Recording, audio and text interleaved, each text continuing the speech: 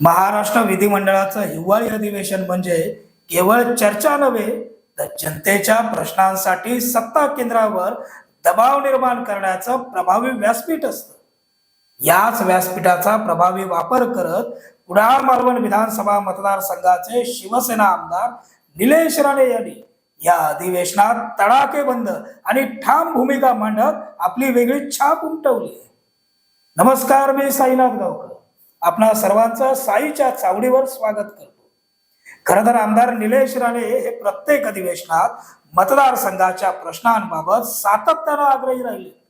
हिवाळी अधिवेशनातही त्यांनी सिंधुदुर्ग जिल्ह्यातील मूलभूत समस्या, पायाभूत सुविधा, पर्यटन, मत्स्य व्यवसाय, आरोग्य, शिक्षण तसंच रोजगाराशी संबंधित प्रश्न थेट सभागृहात मांडून सरकारचं लक्ष वेधलंय. प्रश्नोत्तराच्या तासात असो वा लक्षवेधी सूचनेच्या माध्यमातून त्यांनी मुद्देसूद आणि ठोस मागण्यांद्वारे प्रशासनाला उत्तरदायी बनवलं. म्हणूनच आज साईच्या चावडीवरून आमदार निलेश राणे यांचं कौतुक होणं क्रमप्राप्त आहे. विशेषतः कुडाळ मालवण मतदारसंघातील रस्ते, पाणी पुरवठा, आरोग्य सुविधा आणि पर्यटन विकासाशी निगडीत प्रश्नांवर त्यांनी ठाम भूमिका घेतली. आणि शेतकऱ्यांना मी अतिवृष्टीवर पण 293 या नियमाखाली बोलणार होतो, पण संधी मिळाली नाही. पण NDRFचे जे काही नॉर्म्स आहेत त्या NDRFच्या नॉर्मप्रमाणे जर आपण कोकणाला काय मिळालं, जर आपण त्याचा हिशोब लावला तर मी आपल्याला थोडक्यामध्ये आपल्याला सांगू इच्छितो की NDRFच्या निकषानुसार, कारण का कोकणामध्ये मोठ्या प्रमाणामध्ये जिरायत शेती होते, भात शेती मोठ्या प्रमाणात होते आणि बहुवार्षिक पीक म्हणून आमची नोंद नाही. NDRF ज्या नॉर्म्स खाली पैसे देते, ज्याच्यामध्ये 22,500 प्रति हेक्टरी जो रेट दिला गेला अतिवृष्टीमध्ये, महसूल व वन विभागामध्ये ज्याची नोंद आहे 15,000 कोटी रुपये ज्याची तरतूद झालेली आहे, त्याच NDRFच्या नॉर्मप्रमाणे आम्ही जिरायत शेतीमध्ये पडतो आणि तेव्हा त्या हेडखाली आम्हाला मिळालेले पैसे प्रति हेक्टरी फक्त 8,777 रुपये. हा कोकणावर आपण अन्याय करतोय का? सर्वात महत्त्वाचं पीक कुठलं तर आमचं भात शेती. त्याच्यामध्ये आम्ही जर प्रति हेक्टर महाराष्ट्राला एक नियम आणि कोकणाला एक नियम, अतिवृष्टीमध्ये आम्ही अधिकाऱ्यांना विचारत होतो, तुम्ही जेव्हा खाली पंचनामे करताय तर त्या पंचनाम्यामध्ये आपण काय निकष लावताय, तर आम्हाला सांगितलं महाराष्ट्रामध्ये जो NDRFचा निकष आहे तोच आम्ही कोकणामध्ये भात शेतीला लावणार आहोत, नुकसान भरपाई आम्ही तुम्हाला देणार आहोत. तर जेव्हा माहिती काढली, जेव्हा डॉक्युमेंट बाहेर काढले, त्याच्यामध्ये असं कळलं की 22,500 रुपये म्हणजे 22,500 रुपये हे अतिवृष्टीमध्ये इतर भागांमध्ये मिळाले आणि कोकणामध्ये 8,777 रुपये मिळाले. हा भेदभाव कशासाठी अध्यक्ष महोदय? कोकणातील विकास केवळ कागदावर न राहता प्रत्यक्षात उतरावा यासाठी निधी वितरण, कामांच्या दर्जावर देखरेख आणि वेळेत पूर्तता या मुद्द्यांवर आमदार निलेश राणे यांनी स्पष्ट शब्दात सरकारला जाब विचारला. मंडाईच आहे साहेब, या वर्षी कोकणामध्ये पाऊस साधारण मे 19च्या दरम्यान पडला आणि तो नोव्हेंबर 9 पर्यंत म्हणजे जवळपास 6 महिने कोकणामध्ये भरपूर पाऊस होता, मोठ्या प्रमाणामध्ये पाऊस होता. 6 महिने कोकणामध्ये पाऊस पडला. तुम्ही विचार करा त्या रस्त्यांची अवस्था काय झाली असेल. आम्ही कॉन्ट्रॅक्टरांना जेव्हा विचारतो त्यांच्याकडे काही उत्तरं नाही, आम्ही अधिकाऱ्यांना विचारतो त्यांच्याकडे काही उत्तरं नाही.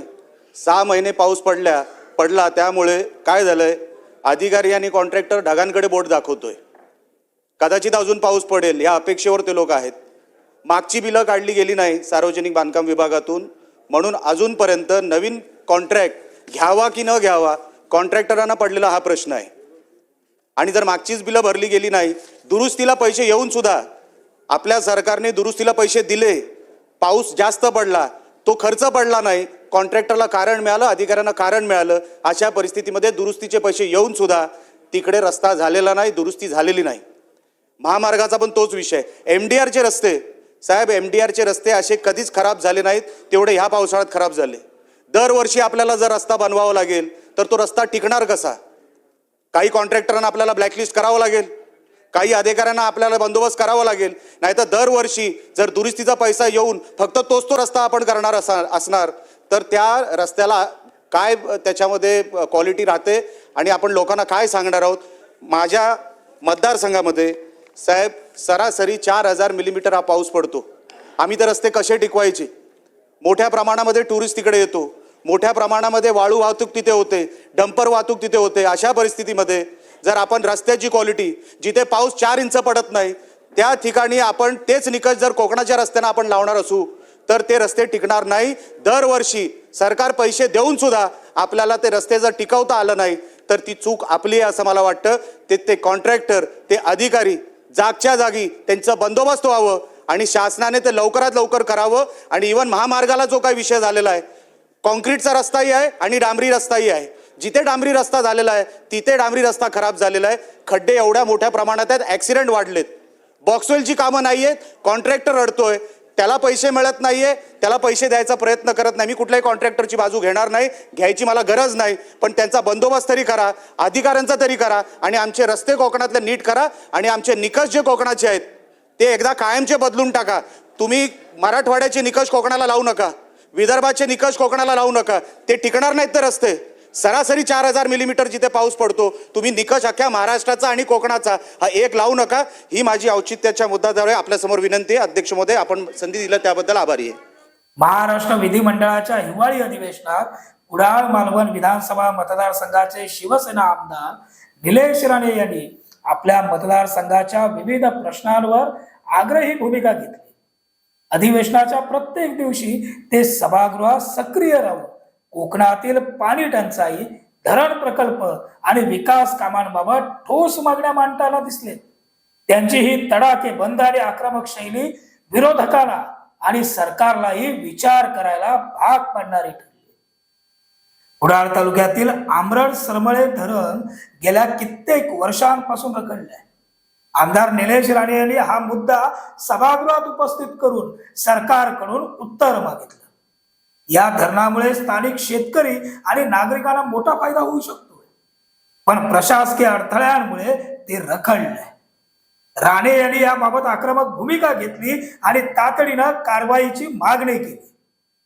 गाळमुक्त धरण आणि गाळयुक्त शिवार योजनेबाबत बोलताना आमदार निलेश राणे यांच्या अभ्यासूपणाची झलक दिसून आली. कोकणासाठी या योजनेअंतर्गत विशेष तरतूद करण्याची मागणी राणे यांनी केली. ही योजना कोकणातील जलसाठा वाढवण्यासाठी महत्वाची असून त्यांनी सभागृहात या मुद्द्यावर ठामपणे बोलले. काम पूर्ण आहे आणि त्याच्यानंतर कुडाळ तालुक्यामध्ये असं सांगण्यात येतं की 4 पैकी 1 काम झालेलं आहे, 3 कामं प्रलंबित आहेत. 1 काम जे झालं वर्धा धरणाचं, मागच्या वर्षी ते धरण पडता पडता वाचलंय साहेब, आणि ते एका वर्षाच्या आत 1च वर्ष पूर्ण झालं आणि ते धरण पडता पडता वाचलेलं आहे. ते परत एकदा जसं चिपळूणला झालं तशी परिस्थिती इकडे होणार होती, पण कसं तरी ते अधिकाऱ्यांनी वाचवलं असेल, ठेकेदारांनी वाचवलं असेल, मला माहित नाही. मालवणमध्ये जे सांगितलं, माझ्याच मतदारसंघामध्ये 2 धरणं पूर्ण झालेली आहेत, अजिबात नाही, एकही धरण पूर्ण झालेलं नाही 3 पैकी. आपण जर अशी उत्तरं देणार असाल अध्यक्ष महोदय तर आम्ही प्रश्न कसे विचारायचे, कुठल्या विषयावर प्रश्न विचारायचे? अच्छा, सॉइल टेस्टिंगच्या नावाखाली मंत्री महोदय जे अधिकारी आहेत तुम्ही माहिती काढून घ्या. सॉइल टेस्टिंगच्या नावाखाली 20-20 लाख रुपये काढताय. सॉइल टेस्टिंग खरोखर होतंय का तिकडे बघून घ्या. जिओग्राफिकल सर्वेच्या नावाखाली लाखो रुपये काढले जात आहेत. जिओग्राफिकल सर्वे होतोय का तिकडे? अध्यक्ष महोदय, मी प्रश्नावर येतो, पण साहेब हे सांगितल्याशिवाय प्रश्न विचारताच येणार नाही. कोकणामध्ये मागचे 12-15 वर्ष धरणच झालेली नाहीत. 4 पैकी जे काही 4 धरणं मोठी आहेत, मग मध्यम आणि लघुची धरणं आहेत, धरणच झालेली नाहीयेत. पैसे कुठे चाललेत? सॉइल टेस्टिंगच्या नावाखाली पैसे काढले जात आहेत, जिओग्राफिकल सर्वेच्या नावाखाली पैसे काढले जात आहेत, पैसे कुठे चाललेत? धरणांची कामं तर होत नाहीये. हा जो काही कॉन्ट्रॅक्टर आहे ह्यांनी 4 दिवसापूर्वी आता तिकडे दगडी टाकायला सुरुवात केली परत, जेव्हा त्याला कळलं की या विषयावर माझी लक्षवेधी आहे, आणि अधिकाऱ्यांना सांगितलं मी या वर्षाच्या आत मी काम पूर्ण करतो. ह्याच्यात कारणं काय दिली आहेत की लोकांचा विरोध. साहेब 2005 मध्ये लोकांचा विरोध पण नव्हता, भूसंपादन झालेलं आहे. अजूनपर्यंत भूसंपादनाचं कारण मला सांगण्यात येत आहे. माझा प्रश्न मंत्री महोदय, अध्यक्ष महोदय, माझा असा आहे की जर तुम्ही सांगितलंय की ह्याच्यामध्ये प्रश्नच उद्भवत नाही तर मी प्रश्न काय विचारायचा? मी फक्त तुम्हाला शुभेच्छा देऊ शकतो आणि आमच्या कोकणावर असा अन्याय का करताय एवढाच फक्त प्रश्न विचारू शकतो. एकही धरण झालेलं नाही साहेब, एकही धरण पूर्ण नाही.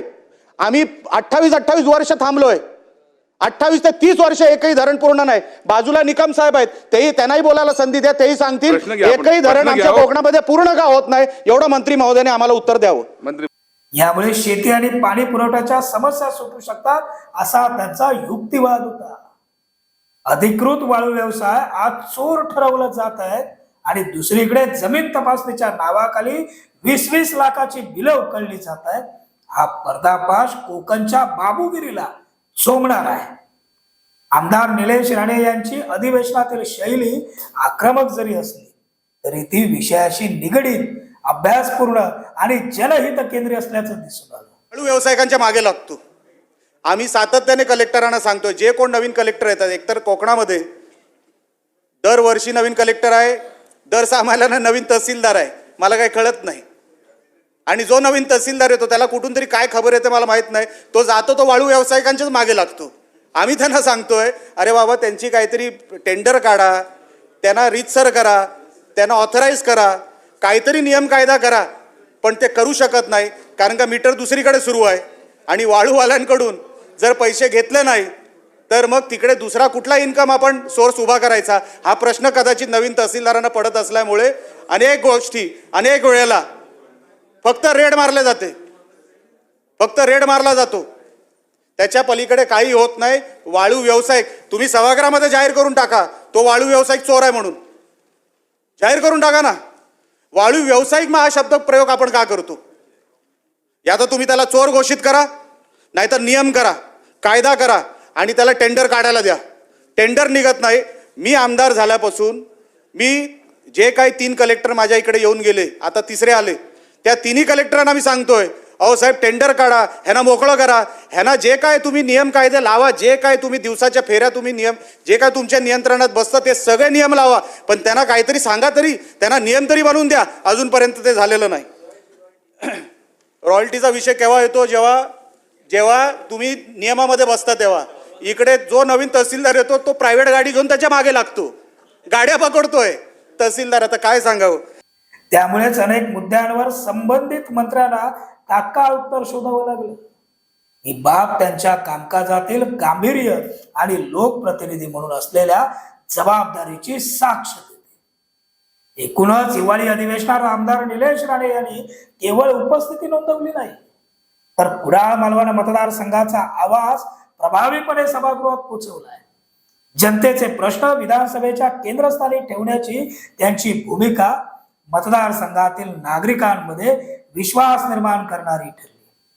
पुढील काळातही हीच आग्रही भूमिका कायम राहिल्यास कुडाळ मालवणच्या विकासाला निश्चितच नवं बळ भेटेल. तुर्तास आजच्या साईच्या चावडीवर इथं स्वल्पविराम.